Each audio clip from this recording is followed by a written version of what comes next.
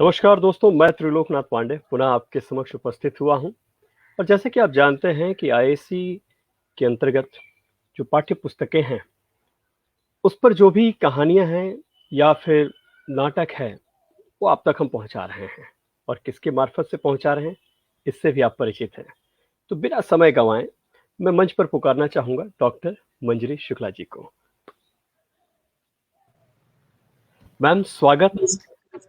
नमस्कार। नमस्कार मैडम। आज हम लोग आषाढ़ का एक दिन का जो अगली कड़ी जो है, उस पर हम लोग बढ़ना चाहेंगे और आपसे सुनना जी, चाहेंगे। स्वागत मैडम। धन्यवाद। मोहन राकेश जी का लिखा हुआ नाटक आषाढ़ का एक दिन का आगे का मैं भाग आपको सुनाने जा रही हूँ। मल्लिका कहती है, ऋतु संहार और मेघदूत आदि के प्रणेता तो कालिदास हैं और आप कह रहे हैं कि अनुस्वार वे गुप्त राज्य की ओर से कश्मीर का शासन संभालने जा रहे हैं। मात्रगुप्त उन्हीं का नया नाम है। मल्लिका कहती है वे कश्मीर का शासन संभालने जा रहे हैं और उनकी राजमहिषी मुझसे मिलने के लिए आ रही हैं। अनुस्वार कहता है वे गुप्त राज्य की ओर से कश्मीर का शासन संभालने जा रहे हैं। मात्र और उनकी जो राजमहिषी हैं वो आपसे मिलने आ रही हैं। मुझे विश्वास है कि इस गौरवपूर्ण अवसर पर आप अपने उपवेश गृह के वस्तु विन्यास में कुछ परिवर्तन आवश्यक समझेंगी। इसे आपका आदेश समझते हुए हम यह कार्य अभी अपने हाथों संपन्न किए देते हैं। आओ अनुनासिक। दोनों प्रकोष्ठ में आकर निरीक्षण करने की दृष्टि से सब वस्तुओं को देखने लगते हैं। मल्लिका एक ओर हट जाती है। अनुनासिक आसन के पास चला जाता है। अनुनासिक कहता है, मैं समझता हूं यह आसन द्वार के निकट होना चाहिए। अनुस्वार कहता है, देवी द्वार से प्रवेश करेंगी और आसन द्वार के निकट होगा। अनुनासिक, इस स्थिति में उसे इसकी वर्तमान स्थिति से 7 अंगुल दक्षिण की ओर हटा देना चाहिए। अनुस्वार पूछता है, दक्षिण की ओर? नकारात्मक भाव से सिर हिलाता है।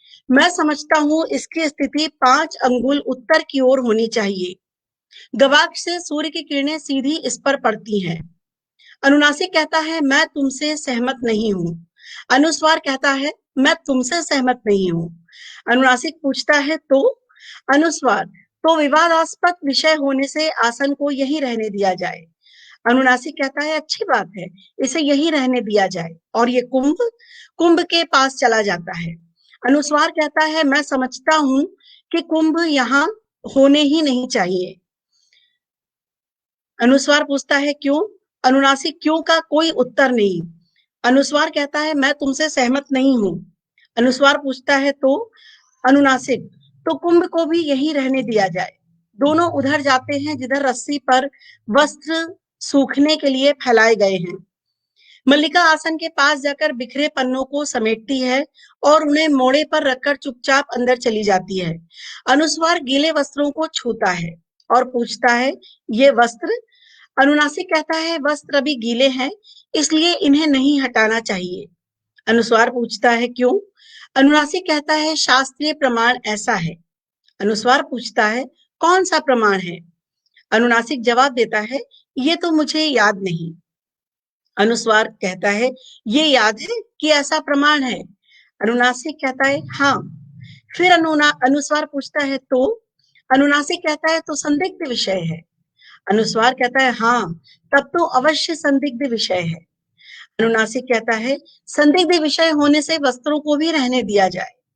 अनुस्वार कहता है, अच्छी बात है, वस्त्रों को भी रहने दिया जाए। अनुनासिक कहता है, परंतु यह चूल्हा अवश्य यहाँ से हटा देना चाहिए।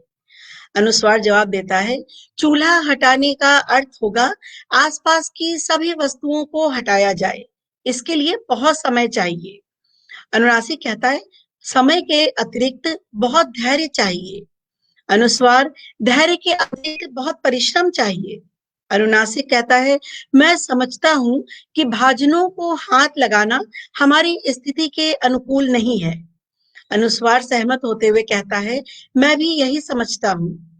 अनुनासिक कहता है, तो इस बात में हम दोनों सहमत हैं कि चूल्हे को ना हटाया जाए। अनुस्वार कहता है, मैं समझता हूं कि हम दोनों सहमत हैं। अनुनासिक चारों ओर देखता है और कहता है, और तो कुछ शेष नहीं। अनुस्वार भी चारों ओर देखता है और कहता है, मेरे विचार में कुछ भी शेष नहीं। अनुनासिक, नहीं, अभी शेष है। अनुस्वार पूछता है, क्या? अनुनासिक कहता है, यह चौकी यहाँ रास्ते में पड़ी है, इसे यहाँ से हटा देना चाहिए। अनुस्वार कहता है, मैं इससे सहमत हूँ। अनुनासिक कहता है, तो? अनुस्वार फिर पूछता है, तो? अनुनासिक कहता है, तो इसे हटा देना चाहिए। अनुस्वार, हाँ, अवश्य हटा देना चाहिए। अनुनासिक, तो? अनुस्वार फिर पूछता है, तो? अनुनासिक कहता है, हटा दो। अनुस्वार कहता है, मैं? अनुनासिक कहता है, हाँ। अनुस्वार कहता है, तुम नहीं। अनुनासिक जवाब देता है, नहीं। अनुस्वार पूछता है, क्यों? अनुनासिक कहता है, क्यों का कोई उत्तर नहीं है। अनुस्वार फिर पूछता है, फिर भी? अनुनासिक कहता है, पहले मैंने तुमसे कहा है। अनुस्वार कहता है, परंतु चौकी देखी पहले तुमने है। अनुनासिक पूछता है, तो? अनुस्वार फिर से पूछता है, तो? अनुनासिक कहता है, हटा दो। अनुस्वार कहता है, तुम हटा दो। अनुनासिक कहता है, तो रहने दो। अनुस्वार कहता है, रहने दो। अनुनासिक पूछता है, अब? अनुस्वार पूछता है, हाँ, अब। अनुनासिक कहता है, चारों ओर एक दृष्टि और डाल ले। अनुस्वार कहता है, हाँ, चारों ओर एक दृष्टि और डाल ले। मातुल उत्तेजित सा बाहर से आता है और कहता है, अधिकारी वर्ग, आपका कार्य यहाँ पूरा हो गया? अनुनासिक पूछता है, क्यों अनुस्वार? अनुस्वार कहता है, हाँ, पूरा हो गया। हो गया ना? क्यों अनुनासिक? अनुनासिक जवाब देता है, हाँ, हो गया, केवल एक दृष्टि डालना शेष है। अनुस्वार कहता है, हाँ, केवल एक दृष्टि डालना शेष है। मातुल कहता है, तो वह दृष्टि अब रहने दीजिए। देवी प्रियंगु मंजरी बाहर पहुंच गई हैं। अनुनासिक, देवी बाहर पहुंच गई हैं, तो चलो अनुस्वार। अनुस्वार कहता है, चलो। दोनों साथ साथ बाहर चले जाते हैं। मातुल भी पीछे पीछे चला जाता है और कुछ क्षण बाद प्रियंगु मंजरी को मार्ग दिखलाता वापस आता है। मातुल कहता है, वह इस सारे प्रदेश में सबसे सुशील, सबसे विनीत और सबसे भोली लड़की है। मल्लिका अंदर आती है। आओ आओ मल्लिका, मैं देवी से तुम्हारी ही प्रशंसा कर रहा था। चाटुकारिता की हंसी हंसता है। देवी जब से आई हैं, तुम्हारे ही संबंध में पूछ रही हैं। तो यही है हमारी मल्लिका, इस प्रदेश की राजहंसिनी। मल्लिका देवी के लिए कौन सा आसन निश्चित किया गया है? मल्लिका प्रियंगु मंजरी को अभिवादन करती है। प्रियंगु मंजरी मुस्कुराकर अभिवादन की स्वीकृति देती है। प्रियंगु मंजरी कहती हैं, आर्य मातुल, अब आप जाकर विश्राम करें। अनुचर मेरे लौटने तक बाहर प्रतीक्षा करेंगे। मातुल पूछता है, परंतु आपके लिए आसन? प्रियंगु मंजरी कहती हैं, उसकी चिंता ना करें, मुझे असुविधा नहीं होगी। मातुल कहता है, असुविधा तो होगी। आप असुविधा को असुविधा ना माने, ये दूसरी बात है। और वास्तव में कुलीनता इसको ही कहते हैं। बड़े कुल की विशेषता ही ये होती है कि प्रियंगु मंजरी कहती हैं, आप विश्राम करें, मैंने पहले ही आपको बहुत थकाया है। मातुल कहता है, मुझे थकाया है आपने? फिर चाटुकारिता की हंसी हंसता है। आपके कारण मैं थकूंगा?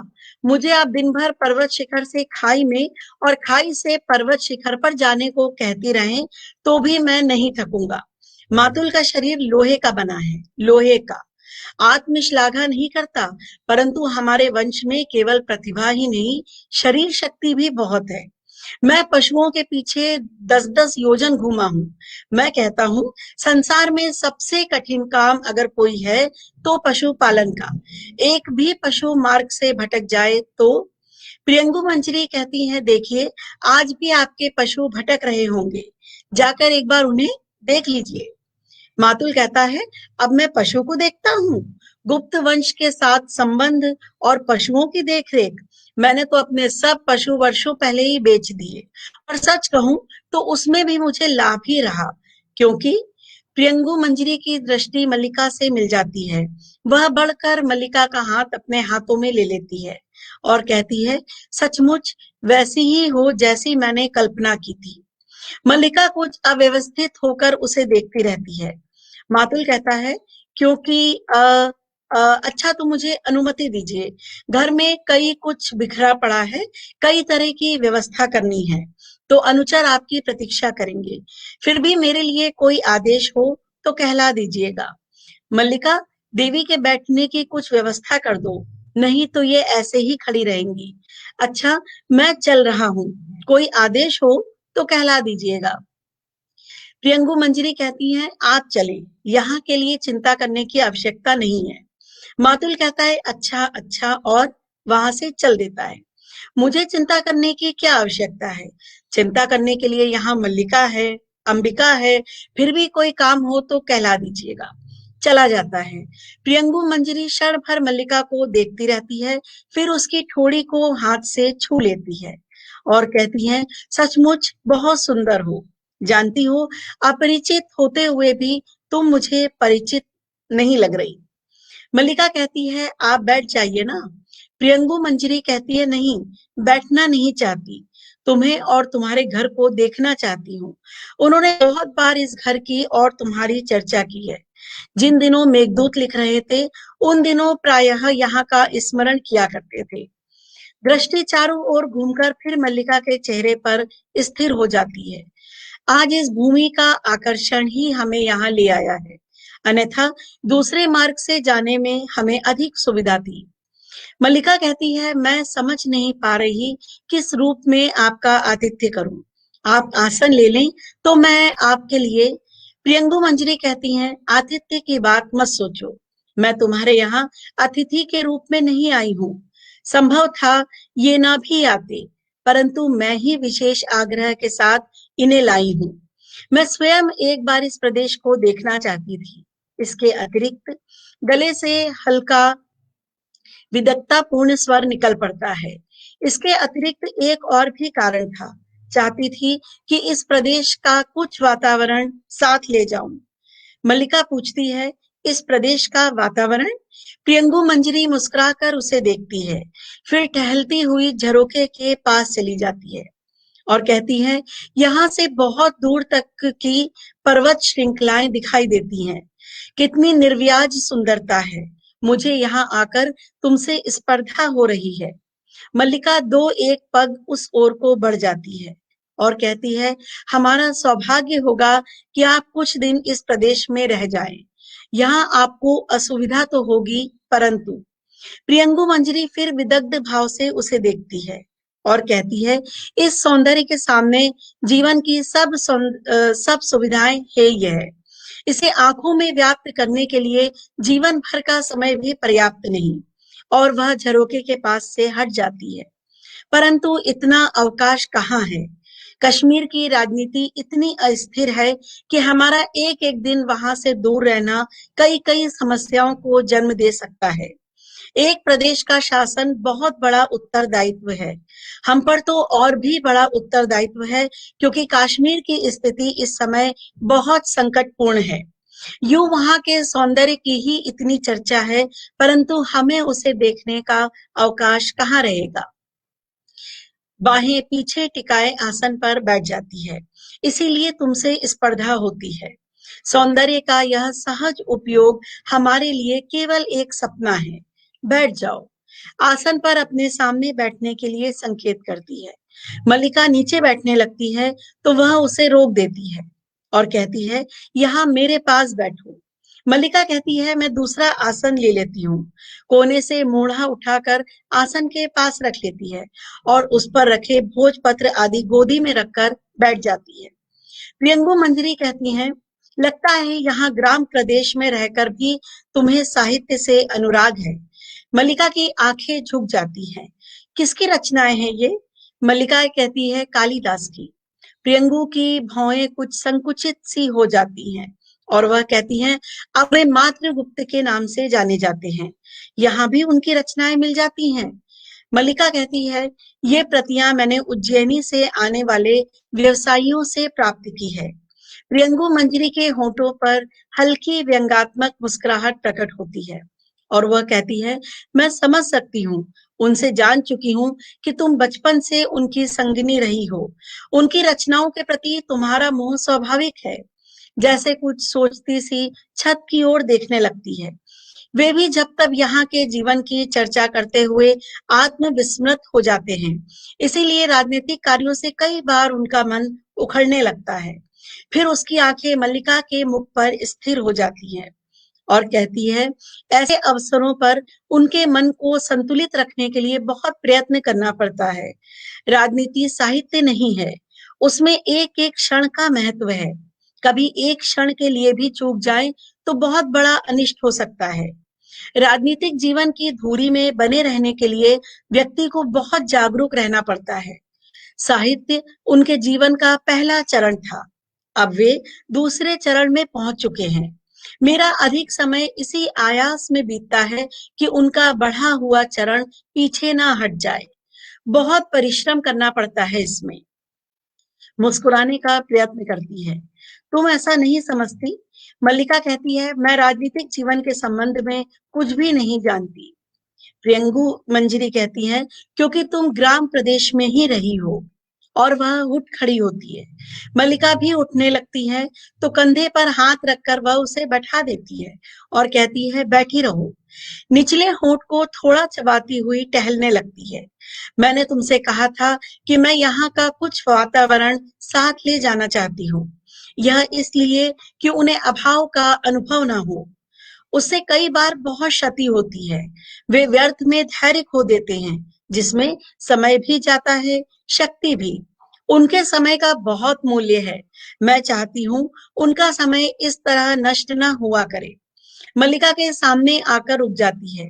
इसलिए मैं यहाँ से कई कुछ अपने साथ ले जा रही हूँ। कुछ हरिण शावक जाएंगे, जिनका हम अपने उद्यान में पालन करेंगे। यहाँ की औषधियां उद्यान के कीर्णाशैल पर आसपास के प्रदेश में लगवा दी जाएंगी। हम यहाँ के से कुछ घरों का भी वहां निर्माण करेंगे। मातुल और उनका परिवार भी साथ जाएगा। यहाँ से कुछ अनाथ बच्चों को वहां ले जाकर हम शिक्षा देंगे। मैं समझती हूँ कि इससे अंतर पड़ेगा। फिर टहलती हुई प्रकोष्ठ के दूसरे भाग में चली जाती है। देख रही हूँ तुम्हारा घर बहुत जर्जर स्थिति में है। इसका परिसंस्कार आवश्यक है। चाहो तो मैं इस कार्य के लिए आदेश दे जाऊंगी। उज्जैनी के 2 कुशल स्थपति हमारे साथ आए हैं। क्यों? मल्लिका उठकर उसकी ओर आती है और कहती है, आप बहुत उदार हैं, परंतु हमें ऐसे ही घर में रहने का अभ्यास है, इसीलिए असुविधा नहीं होती। प्रियंगु मंजरी कहती हैं, फिर भी चाहूंगी कि इस घर का परिसंस्कार हो जाए। उनके जीवन के आरंभिक वर्षों का इस घर के साथ भी संबंध रहा है। मातुल के घर का स्थान पर मैंने नए भवन के निर्माण का आदेश दे दिया है। स्थपतियों से कहा है कि वे उज्जैनी से संलक्षण शिलाएं लाकर कार्य आरंभ करें। खेद है कि कार्य के निरीक्षण के लिए मैं स्वयं यहाँ नहीं रह पाऊंगी। कल ही हमें आगे की यात्रा आरंभ कर देनी है। तुम भी हमारे साथ क्यों नहीं चलती? मल्लिका विमूढ़ सी उसकी ओर देखती रहती है और आश्चर्य से पूछती है, मैं?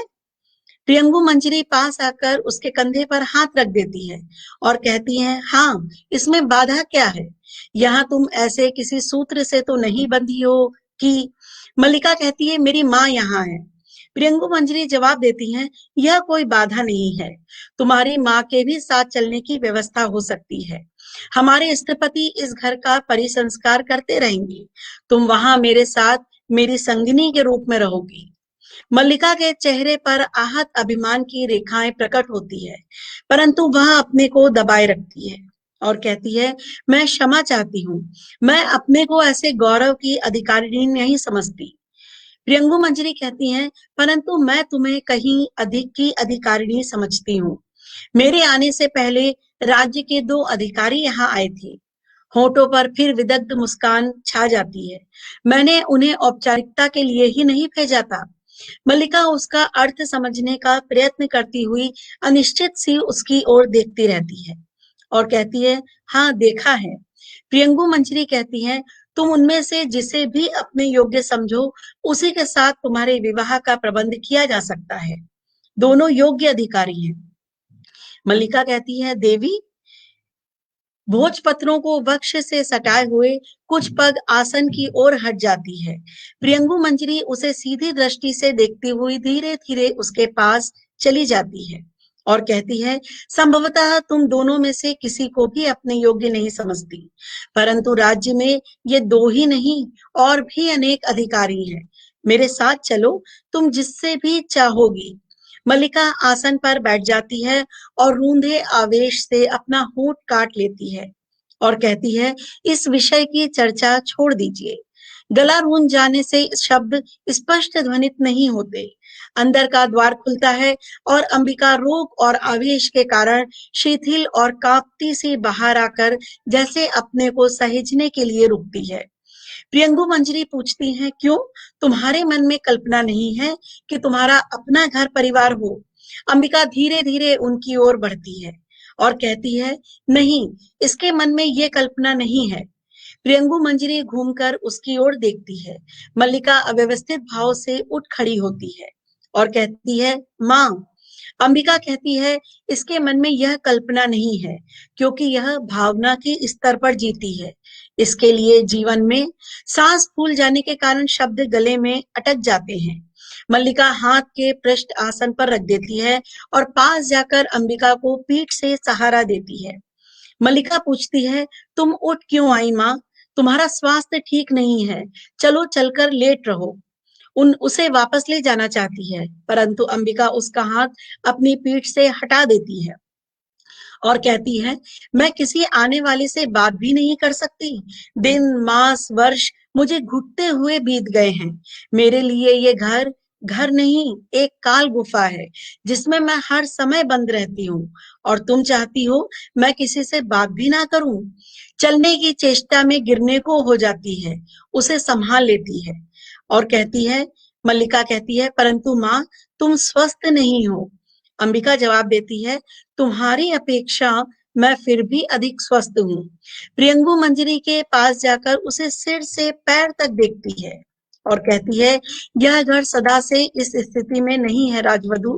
मेरे हाथ चलते थे तो मैं प्रतिदिन इसे लीपती बुहारती थी। यहाँ की हर वस्तु इस तरह गिरी टूटी नहीं थी, परंतु आज तो हम दोनों माँ बेटी भी यहाँ टूटी सी पड़ी रहती हैं। यह सब इसलिए कि फिर सांस फूल जाने से आगे नहीं बोल पाती। प्रियंगु मंजरी प्रकोष्ठ पर दृष्टि डालने के बहाने उसके पास से हट जाती है और कहती है, मैं देख रही हूँ कि घर की स्थिति अच्छी नहीं है। मल्लिका मेरे साथ नहीं चल सकती तो मल्लिका अगर मेरे साथ चल सकती तो समस्या वैसे ही सुलझ जाती, परंतु अब होंठ काटती हुई जैसे सोचने के लिए क्षण भर रुकती है। अभी जो कुछ संभव है मैं कर जाऊंगी। स्थपतियों को आदेश दे जाऊंगी कि इस घर को गिराकर इसके स्थान पर। मल्लिका चिहुक जाती है और कहती है, ऐसा मत कीजिए, इस घर को गिराने का आदेश मत दीजिए।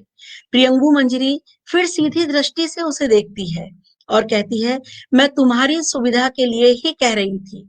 तुम्हें इसमें असुविधा है तो ठीक है, मैं ऐसा आदेश नहीं दूंगी।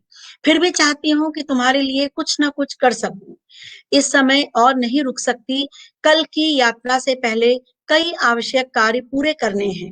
यूं तो इस समय भी अवकाश नहीं था, पर मैंने जाना आवश्यक समझा।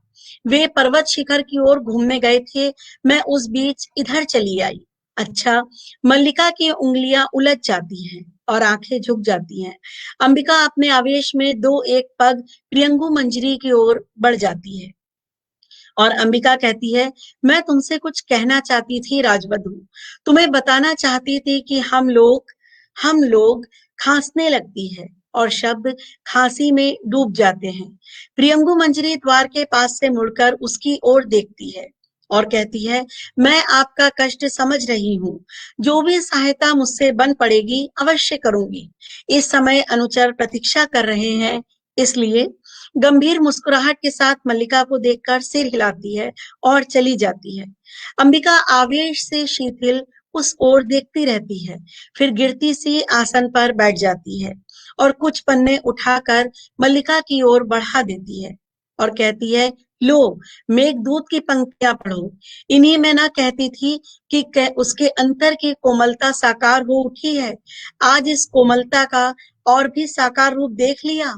मल्लिका ठगी सी उसकी ओर देखती रहती है और अंबिका कहती है, आज वह तुम्हें तुम्हारी भावना का मूल्य देना चाहता है तो क्यों नहीं स्वीकार कर लेती।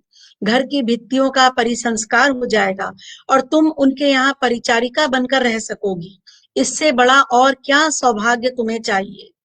मल्लिका कहती है, राज्य कन्या की अपनी दृष्टि है माँ, इसके लिए और भला कोई कैसे उत्तरदायी है।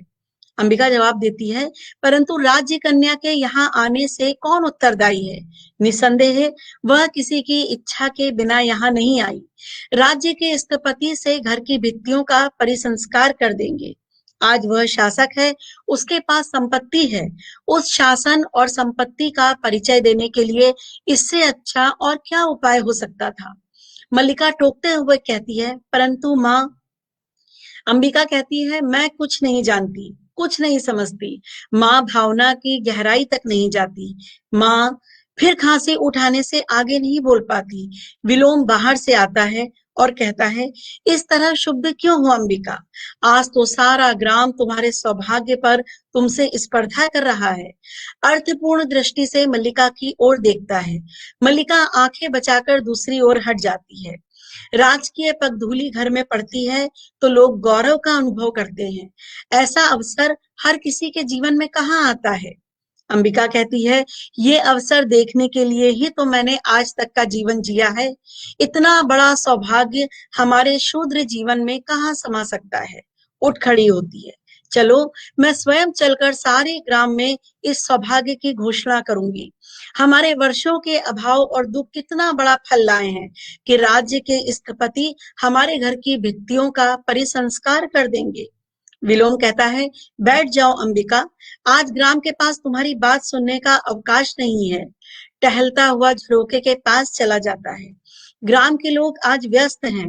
उन्हें बाहर से आए अतिथियों के लिए कई तरह की सामग्री जुटानी है। अतिथि आज यहाँ के पत्थर तक बटोर के ले जाना चाहते हैं।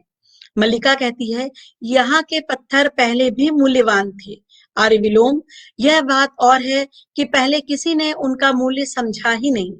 अंबिका आवेश में कई पग उसकी ओर बढ़ जाती है। ये मैं आपको सुना रही थी मोहन राकेश जी का लिखा हुआ नाटक आषाढ़ का एक दिन। इसका अगला भाग मैं आपको हमेशा की तरह मंगलवार को शाम को 5 बजे फिर से सुनाऊंगी। जी बिल्कुल, मंगलवार एवं शुक्रवार।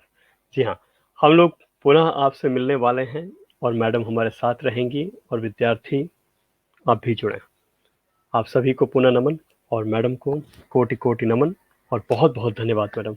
आप यूं ही जुड़ती रहें और ये जो कार्यक्रम आगे बढ़ता रहे और बच्चों तक उनकी जो बातें हैं हमारी ये साहित्य के मार्फत से आषाढ़ का एक दिन उन तक पहुंचता रहे। इसी के साथ पुनः आप सभी को नमन। नमस्कार। नमस्कार मैडम। नमस्कार।